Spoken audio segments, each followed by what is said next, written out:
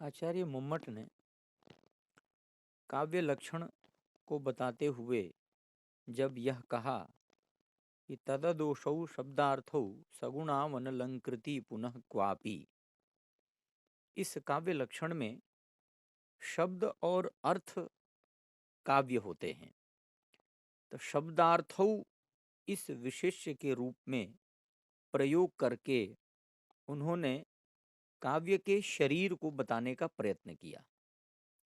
अब ये शब्द और अर्थ कितने प्रकार के होते हैं, इस बात को बताते हुए द्वितीय उल्लास के आरंभ में वे कहते हैं, स्याद वाचको लाक्षणिकः शब्दोत्र व्यंजकस्त्रिधा। अर्थात शब्द तीन प्रकार के होते हैं, वाचक रूप शब्द, लाक्षणिक रूप शब्द और व्यंजक रूप शब्द। इन तीनों शब्दों के अपने तीन अर्थ भी होते हैं। वाचक रूप शब्द का अर्थ वाच्यार्थ कहलाता है, लाक्षणिक रूप शब्द का अर्थ लक्ष्यार्थ कहलाता है और व्यंजक रूप शब्द का अर्थ व्यंग्यार्थ कहलाता है। अब इन दोनों शब्द और अर्थ के बीच में एक और शक्ति या व्यापार काम करती है, जो शब्द से अर्थ के बोध में सहायक होती है। उन्हें हम शक्ति के नाम से जानते हैं और इस प्रकार तीन शब्द और तीन अर्थों के बीच में तीन तरह की शक्तियां भी होती हैं। तात्पर्य यह है कि मूल रूप से शब्द तो एक ही होता है, किंतु शक्ति के अंतर से, शक्ति के भेद से अर्थ भेद हो जाता है। तो एक ही शब्द शक्ति भिन्न होने से अलग उपाधि वाला हो जाता है। अर्थात जब वाचक रूप शब्द में अभिधा रूप शक्ति लगती है तो वाच्यार्थ का ज्ञान होता है। उसी शब्द में जब लक्षणा रूप शक्ति लगती है तो लक्ष्यार्थ का ज्ञान होता है। और उसी शब्द में अर्थात जब उसमें व्यंजना रूप शक्ति आती है तो उससे व्यंग्यार्थ निकलता है। कहने का तात्पर्य यह हुआ कि जब शब्द में अभिधा शक्ति लगेगी तो उस शक्ति के कारण इस शब्द की उपाधि वाचक रूप हो जाती है और तब वह शब्द वाचक रूप शब्द कहलाता है। वैसे ही जब उस शब्द में लक्षणा रूप शक्ति लगती है तब वह शब्द लाक्षणिक शब्द कहलाता है और उसी शब्द में जब व्यंजना शक्ति लगती है तो वह शब्द व्यंजक रूप शब्द कहलाता है। इस प्रकार तीन प्रकार के शब्द हुए और तीन प्रकार की उनकी शक्तियां और तीन प्रकार के उनके अर्थ होते हैं। हम इस चार्ट के माध्यम से इसको स्पष्ट रूप से समझ सकते हैं। आप यहाँ देख सकते हैं कि वाचक में जब अभिधा शक्ति लगती है तो वाच्यार्थ का बोध होता है, लाक्षणिक रूप शब्द में जब लक्षणा शक्ति लगती है तब वह लक्ष्यार्थ का बोध कराता है और व्यंजक रूप शब्द में जब व्यंजना शक्ति लग रही है तो व्यंग्यार्थ का बोध होता है। तो इससे यह स्पष्ट होता है कि शब्द भी एक ही होता है, केवल शक्ति के कारण उसकी उपाधि भिन्न होती है और इसी शक्ति के कारण अर्थ में परिवर्तन हो जाता है। अब हमें अभिधा शक्ति यहाँ अभिष्ट है बात करने को, तो हम सबसे पहले उस अभिधा शक्ति को बताने वाले वाचक रूप शब्द पर चर्चा करें कि वाचक रूप शब्द कहते किसको हैं। तो उसके लिए आचार्य मम्मट ने जो कारिका दी है कि साक्षात संकेतितम यो अर्थम अभिधत्ते स वाचकः। अर्थात साक्षात संकेतित अर्थ को जो शब्द बताता है उस शब्द को वाचक रूप शब्द कहते हैं।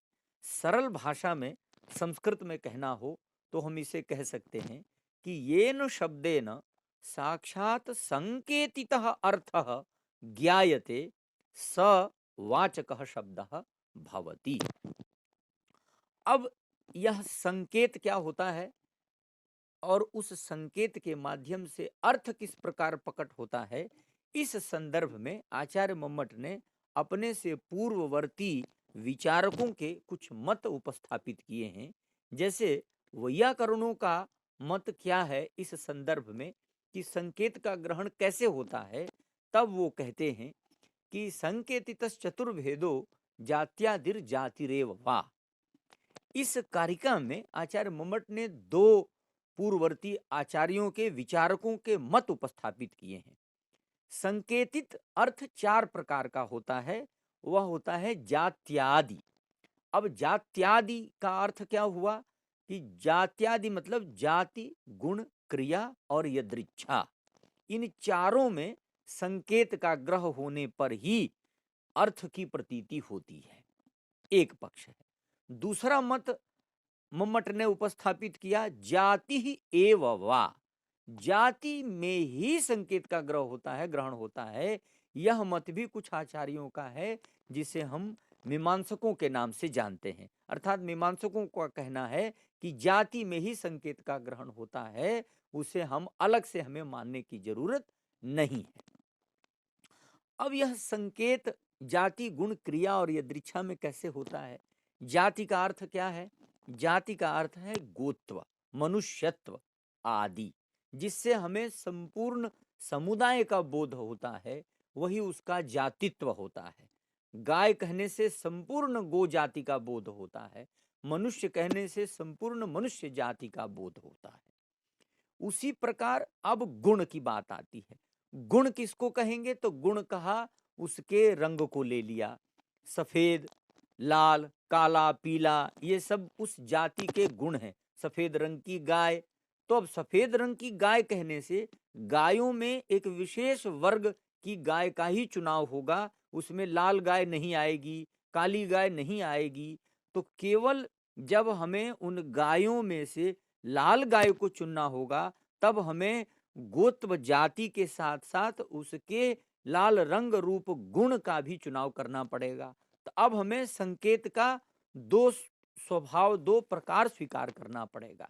अब सफेद गायों में जो गुण है उसमें भी और आगे बढ़ना होगा। अब कई सफेद गायें हो गई, उसमें से किसी एक को चुनना होगा, तो क्या करेंगे?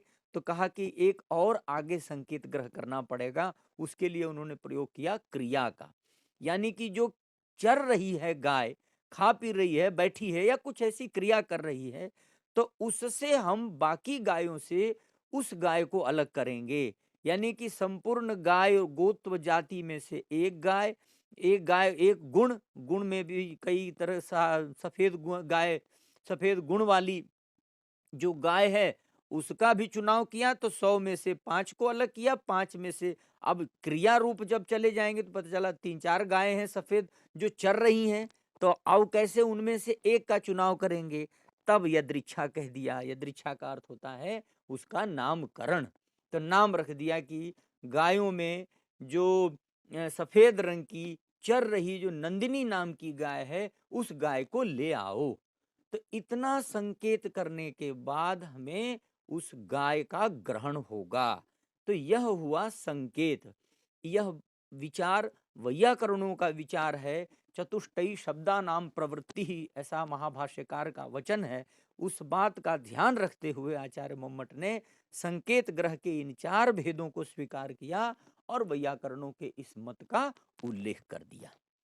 इसी संकेत ग्रह के संदर्भ में मीमांसकों का मत है कि केवल जाति में ही संकेत का ग्रहण होता है, क्योंकि अगर हम गोत्र जाति लेते हैं तो गोत्र जाति भी संकेत से प्राप्त हो जाती है। यदि गुण की बात करें तो गुण की भी गुणत्व जाति मान लिया, क्रिया में भी क्रियात्व जाति है, यदृच्छा में भी जो नाम है वह भी उसके नाम में भी उसकी अपनी जाति है। इस प्रकार संपूर्ण वस्तुओं के, संपूर्ण पदार्थों के सबकी अपनी जाति निश्चित होती है। इस कारण जाति में ही संकेत का ग्रहण होता है, यह बात स्वीकार करना चाहिए। यह मत हमारे मीमांसकों का है। आचार्य मम्मट ने मीमांसकों के भी इस मत का उल्लेख कर दिया। इसी प्रकार इस संदर्भ में एक और विचार आचार्य मम्मट ने अंत में अपने वृत्ति में लिखा है कि बौद्ध दर्शन में भी इस शब्दार्थ पर विचार है कि शब्द से अर्थ की प्रतीति किस प्रकार से होती है। तो वहां भी आचार्यों का कथन है कि तद्वान अपोहो वा शब्दार्थः, यानी कि शब्द का जो अर्थ है उसके ग्रहण में उस शब्द को अपोह कहते हैं, उस अर्थ को अपोह कहते हैं। अपोह का अर्थ क्या होता है? तो उन्होंने कहा अतद्व्यावृत्ति या तद भिन्न भिन्नत्व। तद भिन्न भिन्नत्व का अर्थ हो गया शब्द का जो अर्थ है वह संकेत के माध्यम से जब ग्रहण होता है तो उस शब्द का वही निश्चित अर्थ है और वह बाकियों से बिल्कुल भिन्न है, उसका अर्थ कहीं और नहीं जाएगा, यानी कि शब्द से वह निश्चित अर्थ ही ग्रहण होता है। इसी को उन्होंने अपोह कहा है। तो इस प्रकार शब्द से एक अर्थ की प्रतीति में जिस संकेत ग्रह को हम स्वीकार करते हैं उसी से अर्थ प्रतीत होता है, यही संकेत ग्रह का अर्थ है। अब इस शब्द से अर्थ की प्रतीति में जो व्यापार काम करता है, जो शक्ति काम करती है, उसी शक्ति का नाम अभिधा शक्ति है। यहां से उस अभिधा शक्ति का कार्य आरंभ होता है, यानी कि शब्द और अर्थ के बीच में जो व्यापार है, जो शक्ति है, जिसके अभाव में शब्द से अर्थ का ज्ञान नहीं हो सकता, उस शक्ति का नाम, उस व्यापार का नाम अभिधा शक्ति है। उसके लिए आचार्य मम्मट ने यह कारिका दी कि स मुख्योर्थस तत्र मुख्यो व्यापारो अस्याभिधुच्यते, अर्थात वह मुख्यार्थ। अब यहाँ जो शब्द से अर्थ की प्रतीति हो रही थी वह जो अर्थ है उसी को हम वाच्यार्थ कहते हैं और उसी को मुख्यार्थ भी कहते हैं। अब उस मुख्यार्थ में जो व्यापार काम कर रहा है बीच में, उसी व्यापार को अभिधा कहते हैं। यह मम्मट का तात्पर्य है। अब इस अभिधा को सरल भाषा में संस्कृत में कहना हो तो हम ऐसे भी कह सकते हैं कि साक्षात संकेतितस्य मुख्यार्थस्य व्यापारः अभिधा, अर्थात साक्षात संकेतित मुख्यार्थ का जो व्यापार है, जो शक्ति है, जो क्रिया है, वही अभिधा कहलाती है। इस प्रकार हमें अभिधा शक्ति को जानने के लिए शब्द और शब्द के संकेत के माध्यम से प्राप्त होने वाले अर्थ, उन दोनों के बीच का जो व्यापार है, जो सेतु है, जो संकेत ग्रह में कार्य करता है, उसी व्यापार को, उसी शक्ति को, उसी क्रिया को, उसी व्यापार को अभिधा व्यापार या अभिधा शक्ति कहा जाता है। यही कहने का तात्पर्य है आचार्य मम्मट का। यद्यपि इसमें शास्त्रीय उदाहरण गाम आने से लेते हैं कि जब कोई व्यक्ति किसी व्यक्ति को बोले कि जाओ गाय ले आओ, तो अब गाय ले आओ तो वो तभी ले आएगा जब उसको पता होगा कि गाय होती क्या है। उसके लिए वो व्यक्ति पहले से उसको संकेत करता है। तो बड़े व्यक्ति को संकेत है तो बड़ा व्यक्ति गया और गाय लेके आ गया। ये सारी घटना एक बालक बैठकर देखता है। तो बालक बैठे बैठे देख रहा है कि आचार्य ने कहा कि गाम आनय, गाय ले आओ। तो छोटा बच्चा बार बार इस क्रिया को देखता है। तो 3-4 बार देखने के बाद उसको बोध हो गया कि जब आचार्य कहेंगे गाय ले आओ तो ये व्यक्ति जाएगा और वही चौपाया गाय लेके आएगा। तो 4-5 बार देखने के बाद वो अगर कहा जाए उस बच्चे को कि गाम आने तुम जाओ, तो बच्चा भी जाएगा और गाय ले आएगा। क्यों? क्योंकि उसने संकेत प्राप्त कर लिया कि गाम आने का अर्थ इस चौपाए गाय को ले आना है। तो यही संकेत ग्रहण होता है। इसी संकेत ग्रह को अभिधा शक्ति कहते हैं कि शब्द का सीधा सीधा अर्थ यह निकल जाए। तो जब हम लोक में शब्द को सीधे सीधे प्रयोग करके संकेत करते हैं कि मेरा मोबाइल दो, और मैं अंगुली से इशारा करूंगा कि ये है मेरा मोबाइल, तो वो बच्चा समझ जाएगा कि ये इन्होंने संकेत कर दिया, इसी को मोबाइल कहते हैं। जिसने मोबाइल कभी नहीं देखा हो उसको भी मैं संकेत कर बताऊंगा कि ये है मोबाइल, मेरा मोबाइल मुझे दो। तो मेरे संकेत से वो समझ जाएगा कि मैं अमुक वस्तु को ही मांग रहा हूं। तो इस प्रकार संकेत से हमें अर्थ का ग्रहण होता है। तो शब्द, शब्द में संकेत, संकेत ही व्यापार कराता है, व्यापार ही शक्ति कहलाती है। और यहाँ वाचक रूप शब्द में इस व्यापार को, इस शक्ति को अभिधा शक्ति कहते हैं, और इससे जो अर्थ निकलता है उसको हम वाच्य रूप अर्थ कहते हैं, अर्थात वाच्यार्थ कहते हैं। यही आचार्य मम्मट के कहने का तात्पर्य है। अस्तु, नमो नमः। जयतु संस्कृतम, जयतु भारतम।